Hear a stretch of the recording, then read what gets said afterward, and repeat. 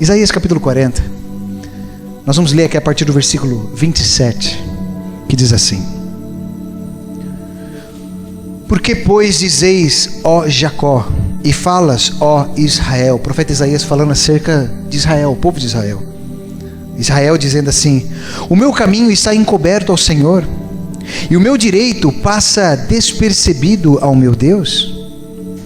Não sabes, não ouvistes que o eterno Deus, o Senhor, o Criador dos confins da terra, nem se cansa, nem se fadiga, não se pode esquadrinhar o seu entendimento, faz forte ao cansado e multiplica as forças ao que não tem nenhum vigor. Os jovens se cansam e se fadigam, e os moços de exaustos caem, mas os que esperam no Senhor renovam as suas forças, sobem com asas como águia, correm e não se cansam, caminham e não se fadigam. Amém? Baixe sua cabeça, feche teus olhos. Pai, nós estamos aqui nesta manhã por Ti, Senhor, e sabemos que não só de pão viverá o homem, mas de toda a palavra que procede da Tua boca, Pai. Pai, nós queremos ouvir Tua voz nessa manhã.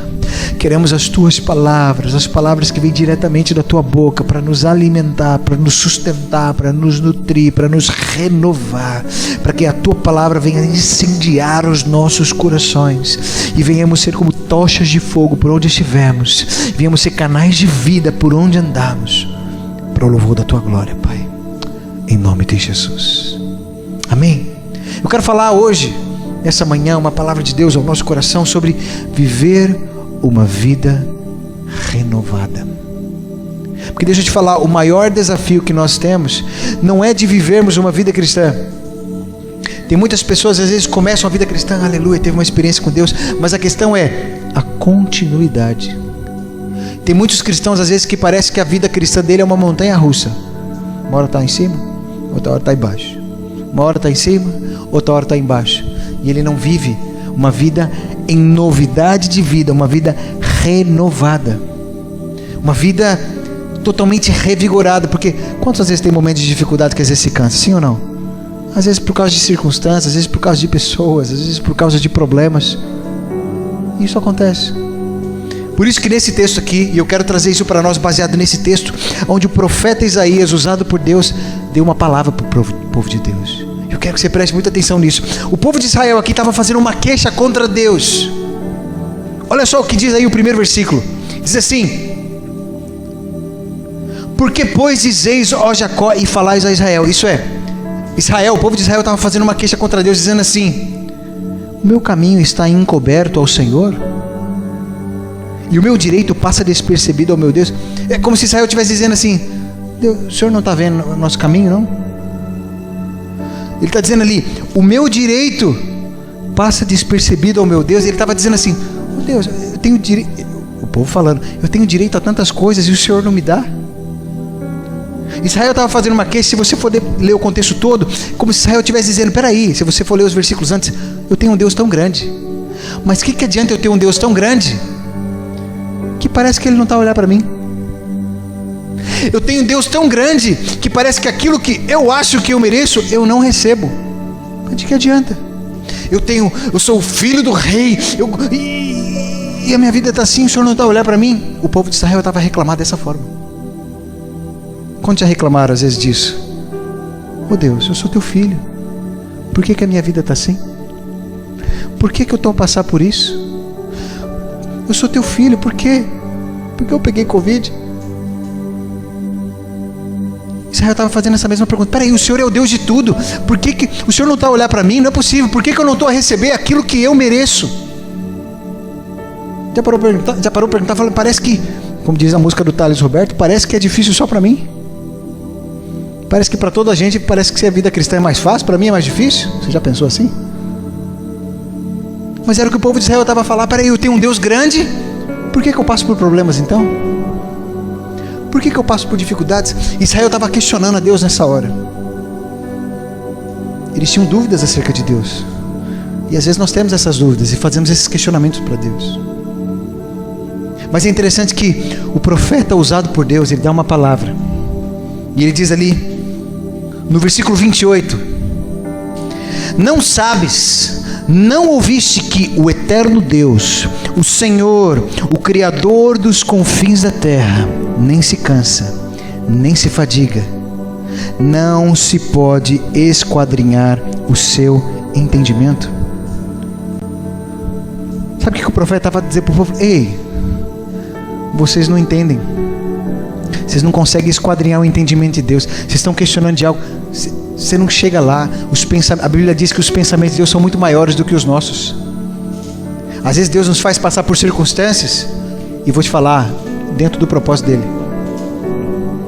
É só nós vemos a vida de... Eu estou a fazer, juntamente com o Diário, os meninos, uma leitura da Bíblia. A gente estava aqui essa semana na vida de José do Egito. Um homem que só passou perrengue, desde a adolescência, desde os 16 anos, vendido como escravo, preso, condenado injustamente, e no final da vida ele viu, era propósito de Deus. Era propósito de Deus passar por tudo isso. Era porque lá no final Deus já sabia o que ia acontecer, e ele disse: Deus me fez vir até aqui para que hoje muitas pessoas pudessem ser salvas. Ele passou por maus bocados para que lá na frente pessoas pudessem ser salvas. Aos olhos naturais fala: rapaz, esse menino deve ter algum urucubaca na vida dele. Quando parece que ele está se levantando, ele cai de novo. Mas era propósito de Deus.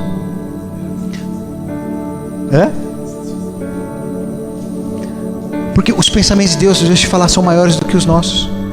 Olha o que a palavra de Deus diz. Se você quiser, abra a sua Bíblia em Romanos, no capítulo 11.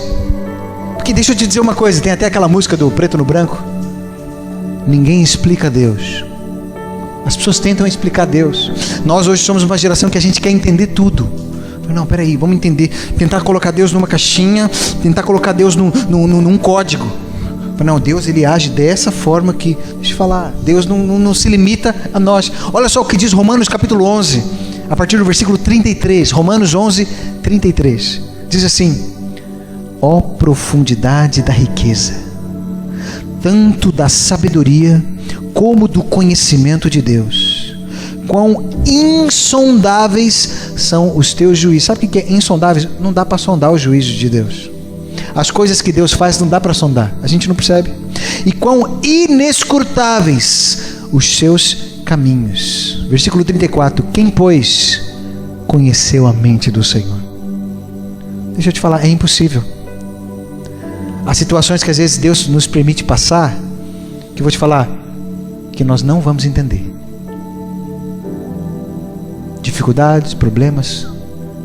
Por exemplo, hoje nós estamos vivendo esse período de pandemia, de tantos... Eu não aguento mais usar máscara. Aí você fala: mas eu já orei para Deus, para essa pandemia ir embora, para essa coisa ir embora. Por que ainda não foi? Não sei, nós não sabemos. Os pensamentos de Deus são mais elevados do que os nossos. Se Deus permitiu, alguma coisa Ele tem que nós não percebemos. Porque os pensamentos de Deus são muito mais elevados, a gente não chega lá. Ninguém consegue. Porque, deixa eu te dizer uma coisa, Deus ele é Deus. Ele faz o que Ele quer, quando Ele quer, com quem Ele quiser, aonde Ele quiser. Ele é que é Deus. E eu quero dar um exemplo aqui na vida de um homem que passou por bocados terríveis. E a gente vai chegar lá, porque a mensagem que eu quero trazer para nós é que Deus tem uma mensagem de renovo para nós. E um exemplo que eu quero trazer aqui para nós é a vida de Jó. Até o Pedro fala que ele é o Jó de hoje, né, Pedro? Tantos bocados que passou. Se o Pedro começar a contar o testemunho dele aqui, nossa, aqui a gente fica: Deus, né, Pedro? Mas é uma vitória, aleluia, é um cuidar de Deus. Mas Jó, quando nós lemos ali o livro de Jó, você começa a ler o livro de Jó, você fica: tadinho. No mesmo dia, num dia, ele conseguiu perder todos os filhos. Ele tinha em torno de 10 filhos. Imagina o que é você no mesmo dia 10 filhos seus morrerem. A gente teve essa semana aí da menina, né, que foi encontrada na praia, que se matou. Imagina o sentimento da dor de uma mãe. Agora imagina 10 filhos. Você perder 10 filhos no mesmo dia. Como é que você ia se sentir? Inconsolável. Aí enquanto um estava dando a notícia que os filhos morreram, o outro já veio dando notícia que todos os bens dele, todos os rebanhos, foi tudo destruído. Ele perdeu todo o dinheiro dele, ele perdeu toda a família dele, só sobrou a mulher dele. E ainda reclamou na orelha dele: amaldiçoa teu Deus e morre. Eu fico pensando, acho que Jó olhou e falou: você podia morrer, não morreu, né? Porque para falar desse jeito, ele passou por buscar bocados terríveis. E não sei se você sabe, se você for ler ali o livro de Jó, ou pegar o livro de Jó para você ler, meditar, estudar, Jó teve seus momentos ali de crise. E Jó, ele fez 16 perguntas para Deus. Por que, Deus? 16 perguntas. E fez 34 queixas contra Deus. Porque ele estava mal. Ele foi tocado, ele perdeu a família, ele perdeu o dinheiro, ele perdeu a saúde. Ficou com úlceras no corpo, ao ponto que ele raspava úlceras com caco para tirar. Ele perdeu tudo. Ele só não perdeu a vida. Dinheiro, família, saúde, perdeu tudo. Então ele chegou a fazer 16 perguntas para Deus e fez 34 queixas contra Deus. Agora deixa eu te fazer uma pergunta. Quantas perguntas você acha que Deus respondeu para Jó?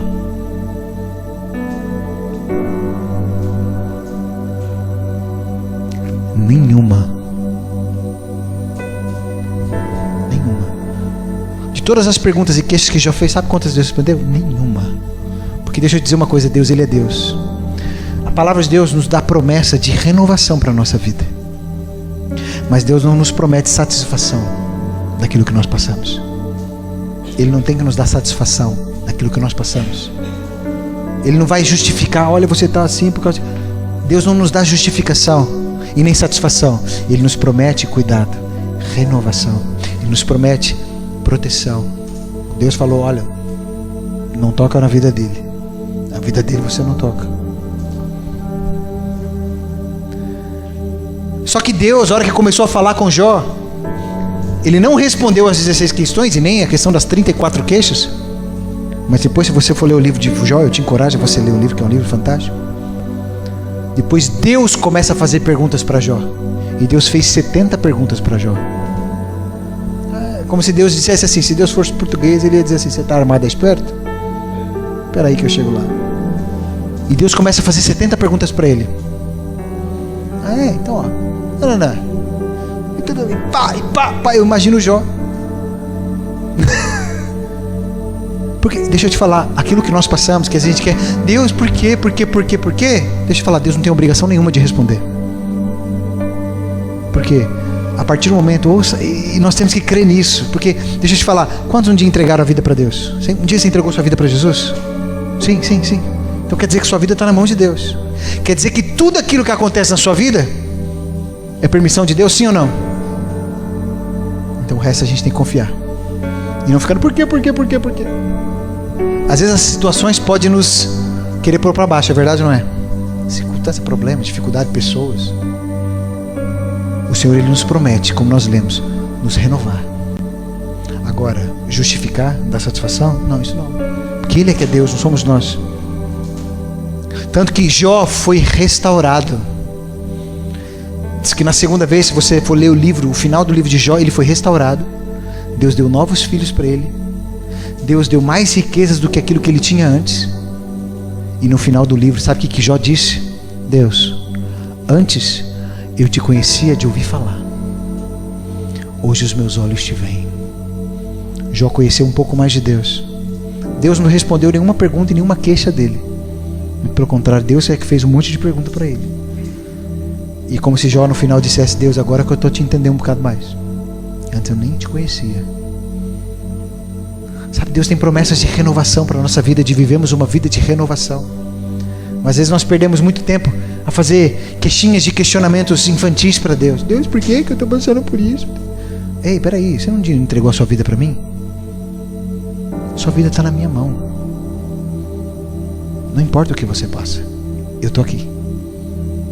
Ele nos prometeu, eis que estou convosco todos os dias.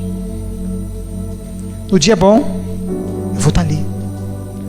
No dia mau, no dia que ralarem a porta do seu carro e você fica mal, eu estou ali do lado. No dia que aconteceu uma desgraça, uma situação, às vezes uma pessoa morrer, eu prometi que eu ia estar contigo todos os dias. Ele prometeu que ia estar junto. Mas continuando o texto de Isaías 40, A palavra de Deus que Deus deu ali para o povo, que é uma promessa de Deus para nós. Olha só o que diz ali, Isaías capítulo 40, a partir do versículo 29, diz assim: faz forte ao cansado e multiplica as forças ao que não tem nenhum vigor. O povo, Deus falando para o povo: olha, vocês estão aí reclamando, vocês estão cansados. Deus é aquele que dá força. Versículo 30: os jovens se cansam e se fadigam, os moços de exaustos caem, mas os que esperam no Senhor renovam as suas forças, sobem com asas como águia, correm e não se cansam, caminham e não se fadigam.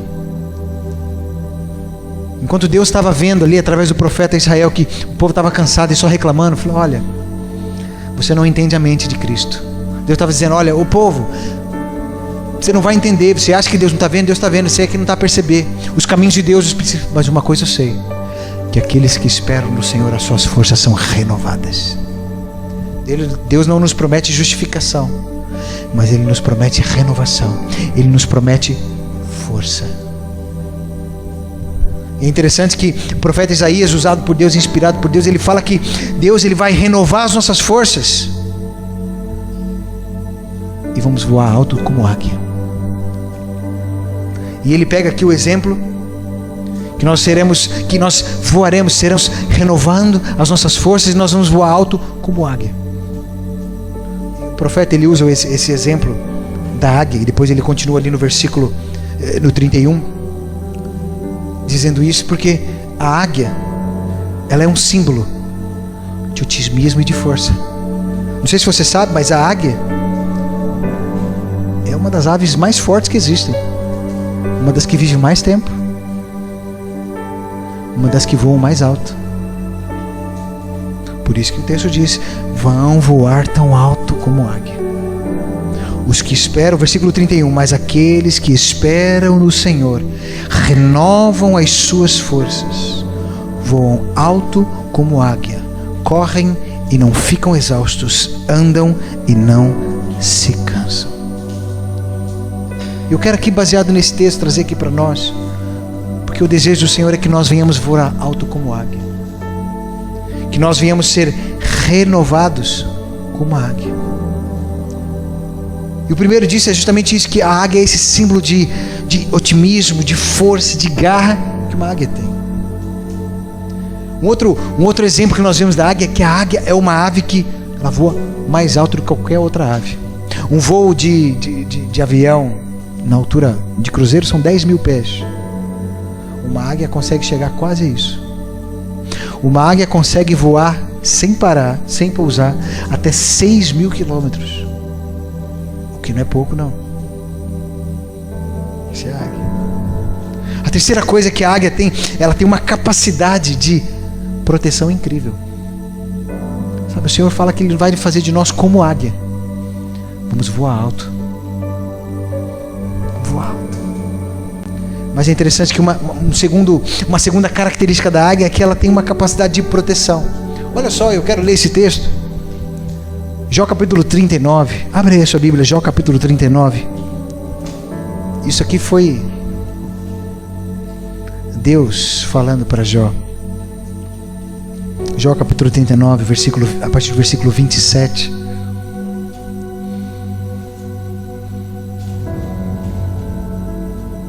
Diz assim: ou é pelo seu mandado que se remonta a águia e faz alto o seu ninho?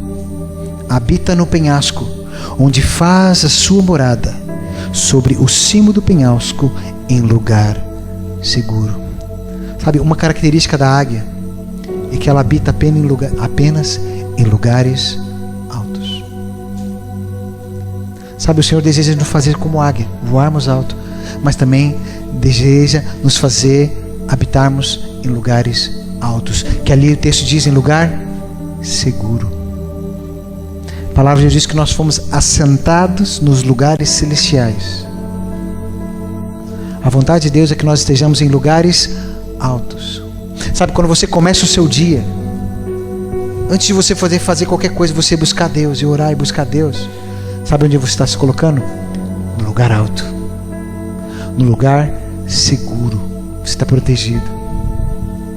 Sabe, nós pai, sabe que a águia, ela faz isso, ela faz o ninho lá em cima, porque ela vai ter ali os filhotes dela, e ali os filhotes estão em segurança. Por isso que nós pais devemos colocar os nossos filhos no lugar alto, protegendo dos predadores. Sabe, quando a gente pega o filho e leva para o culto, mesmo se ele falar, eu não quero ir, você vai mesmo sem você querer. Nós estamos pegando o filho e colocando ele num lugar alto de proteção, porque ali ele está protegido. Agora, quantos pais que falam para os filhos, quando ele quiser ir, ele vai. Peraí, é uma criança que decide agora? Não. Assim como a águia protege os seus filhos, nós devemos proteger os nossos, colocando eles em lugares altos. Amém?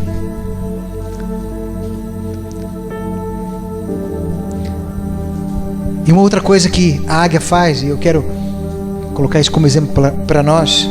Abra sua Bíblia aí no Salmo 103. A Bíblia fala muito acerca da águia, sobre a sua força de voarmos em lugares altos, de sermos aqueles que habitam em altos lugares, que são lugares seguros. Mas olha só, Salmo 103, o versículo 5, o salmista diz também acerca da águia. Ele diz ali: que farta de bens a tua velhice, de sorte que a tua mocidade se renova como a da águia. Sabe, deixa eu te dizer uma coisa, a vontade de Deus é que nós venhamos ser renovados assim como a águia. E a águia é a ave que tem uma capacidade de renovação extraordinária. E a vontade de Deus é que nós venhamos ser renovados assim como a águia. Se você for pesquisar, e depois você pode pesquisar, não precisa acreditar em mim, mas você vai, se você pesquisar, você vai encontrar.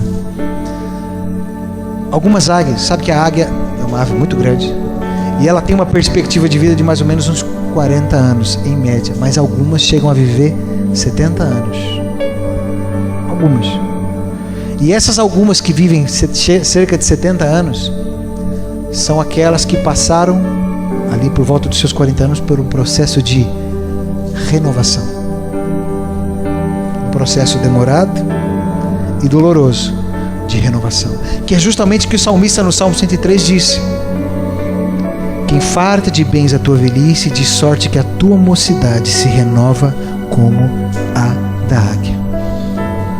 A águia, quando chega ali perto dos seus 40 anos, ela já está velha, considerada velha, onde as suas garras já não estão mais conseguindo pegar presas, as suas penas já estão velhas, o seu bico já está velho, já não consegue voar como antes. Então ela tem dois caminhos: ou ela fica daquele jeito e vai morrer, vai se tornar vulnerável a predadores, vai se tornar, já não vai conseguir voar alto, já não vai estar protegida, já não vai conseguir caçar, já não vai conseguir comer. Ou ela decide passar por um processo de renovação. E qual que é esse processo de renovação? A águia, ela voa para um penhasco mais alto que ela consegue e fica ali num lugar seguro, porque ela sabe que esse processo de renovação, ela vai estar muito vulnerável. E ela pega, diz que ela fica nesse penhasco, e quando, a primeira coisa que ela faz, ela começa a raspar o bico na pedra. Ela começa a raspar o bico na pedra até o bico cair. E depois leva 5 meses para crescer um bico novo. Imagina que a própria águia raspando o bico ali, ó, até o bico cair. E depois espera 5 meses para que o novo bico cresça. Olha esse processo. Depois desses 5 meses que o bico cresceu, ela pega esse bico novo, e com esse bico ela começa a arrancar todas as penas velhas e todas as garras com o bico. Ela arranca tudo. Imagina o que é você arrancar uma garra com o bico, a dor que deve sentir, e as próprias penas, ao ponto dela ficar sem as penas e sem as garras, e tem que esperar mais em torno de 5 meses para que as penas e as garras nasçam. Esse processo está quase 1 ano. Só que depois desse tempo ela está de bico novo, garras novas e penas novas, e ela consegue viver mais os seus 30 anos. Esse é o processo de renovação da águia. E é interessante que o salmista ele diz que a vontade de Deus é que nós venhamos ser renovados como a águia. Porque deixa eu te falar, quando nós vivemos para viver para a obra de Deus, para fazermos a obra de Deus, tem momentos que nós nos sentimos cansados, sim ou não? Tem momento que parece que em vez de voar igual águia, a gente está voando igual galinha. Já viu galinha voando? Galinha bate e voa dessa altura assim. Faz muito esforço para pouco resultado. A águia não, ela bate uma, já vai embora. Então tem gente que já está ali sem força, a garra já não pega mais nada. E ele diz: renova-nos como a águia. Há um processo de renovação, sabe? Deus ele não nos promete que não vai nos justificar o porquê que passamos por algumas situações e problemas, mas ele diz: mas eu prometo renovação. Uma vida de um cristão vencedor, um cristão que vive uma vida vitoriosa em Cristo, é um cristão que se renova. Por quê? Porque às vezes a gente tem momentos que a gente, está motivado, aleluia, vamos fazer a obra de Deus, vamos alcançar pessoas para Jesus, vamos levar o evangelho, mas tem dia que parece que a garra está ruim, a gente não consegue voar, parece galinha voando. É nessa hora que nós temos, sabe, fazer o quê? É subirmos aos altos lugares diante de Deus, falar: Deus, eu estou aqui, eu preciso ser renovado. Aí a gente arranca o bico, tira as palavras velhas, arranca as garras, arranca tudo que tem. Deus, eu estou aqui, me faz de novo. Eu preciso ser renovado. Deixa eu te falar, uma vida renovada é somente nos altos lugares, é somente em Cristo. Quando o profeta Isaías, usado por Deus, fala ali para o povo essa mensagem, onde ele diz ali, né? Os jovens se cansam e se fadigam, e os moços exaustos caem, mas os que esperam no Senhor. Não é os que esperam o Senhor, é os que esperam no Senhor. Tem pessoas que estão cansadas e estão esperando o Senhor lá em casa. Não, uma hora Deus vai fazer. Não é esperar o Senhor, é no Senhor. É chegar no culto, na cela, e falar: Senhor, eu estou aqui, porque quando eu espero no Senhor, eu sou renovado. Tem gente que está esperando em casa ser renovado. Vou te falar, não vai não, só por um milagre. Mas quando nós esperamos no Senhor, fala: Senhor, eu estou aqui. Como faz a águia, sobe nos altos lugares, sobe ali no monte de Deus. Senhor, eu estou aqui, Senhor, me renova. Estou aqui para viver mais um dia. Sabe, nós estamos aí no início de um ano, né? Janeiro. Talvez o seu ano passado foi bom, foi ruim, conturbado, não sei. Mas nós podemos viver esse novo ano renovados. Uma nova força, um novo ânimo. Falar: Deus, eu estou aqui. Esse ano não vai ser como o outro, vai ser melhor. Mas eu estou aqui disposto a passar pelo processo de renovação. Arranca as coisas velhas. Olha, Deus, eu já usei essa garra aqui a minha vida toda. Olha, preciso trocar, já não dá mais. As minhas ferramentas antigas já não funcionam mais. Deus, me dá novas. Nós precisamos deixar Deus renovar as nossas vidas, arrancar as coisas velhas, para que o novo possa vir. Sabe, Deus deseja fazer novas todas as coisas. O renovo de Deus, de ser renovado por Deus, sabe? E durante esse mês de janeiro temos falado acerca disso, de vivemos uma vida nova, vivemos o novo de Deus, sabe? Porque esse ano Deus deseja nos fazer coisas novas. Deixamos as coisas velhas para trás, deixamos o que passou para trás. Senhor, novas garras, novas penas, novo bico, um renovo de Deus, para que venhamos viver lá para frente, venhamos voar alto, assim como a águia. Começou a entender? Sabe, Deus tem promessas de renovação para nós. Às vezes você fala: poxa, eu já fiz. Alguns podem pensar: não, eu já fiz tanto para Deus, agora eu já virei macaco velho, já não, deixa a coisa para os mais novos. Se a águia pensasse assim, ela não renovava. Deixa eu te falar, ainda que eu lembro que no Brasil nós tínhamos uma irmã lá na nossa igreja, que era a irmã Elvira, velhinha, não sei quantos anos ela morreu, com 80 e muitos. Até o último dia da vida dela, ela servia a Deus. Com seus 80 e lá vai pedrada. Velhinha, cheia de Deus. Às vezes nós tínhamos os encontros, que era de fazer também de final de semana. Ela ia nos encontros para fazer comida, para trabalhar na cozinha. E serviu a Deus até as últimas. Até morrer. Morrer de velhice. Porque falou: não tem essa não, eu tô aqui, ó. Por mais que o meu corpo meu espírito está renovado no Senhor.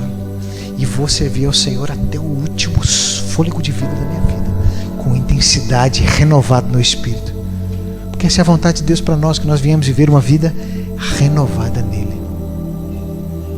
Ainda que às vezes nós passemos por circunstâncias difíceis e por problemas, nós confiamos no Senhor. Senhor, a minha vida está nas tuas mãos. Só me renova para eu ultrapassar isso, para eu vencer isso. Quantos vão entender? Sabe, nós ainda mais para frente ainda vamos passar por dificuldades, às vezes problemas, dificuldades. Às vezes você vai ter dificuldade na sua casa, na sua família, coisas que às vezes vão querer te desanimar, às vezes no seu trabalho. Mas os que esperam no Senhor, as forças são renovadas. Sabe, nós cantamos essa música, Senhor, que os meus olhos estejam em Ti. Por quê? Porque os que esperam no Senhor, eles são renovados. Não olha para a circunstância, não olha para os problemas. Jó só entendeu, só aprendeu quando Deus deu uma boa chamada de atenção dele com 70 perguntas e falaram: não adianta querer ficar perguntando, questionando, olhando para as circunstâncias. Olha para mim. Porque somente os que esperam no Senhor são renovados. Amém? Quantos só entender? Sabe, que nós possamos viver uma vida de renovação do Senhor. E podemos levantar cada manhã: Senhor, eu quero ser renovado por Ti, eu quero viver algo novo. O que passou, passou. O Senhor tem algo novo para mim hoje. Eu estou aqui para ser renovado. Queria convidar você a ficar de pé no seu lugar.